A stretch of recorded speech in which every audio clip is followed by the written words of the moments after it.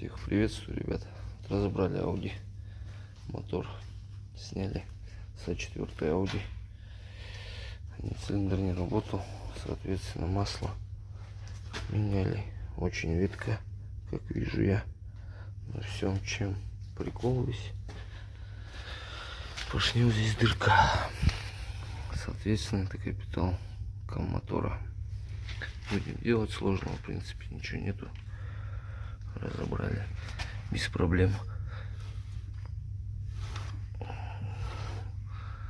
Такие пироги точить тоже будем сразу.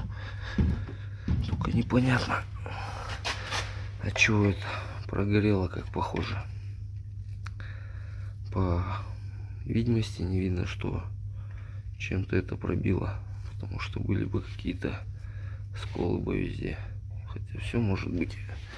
Но поддон скроем, там увидим, что как.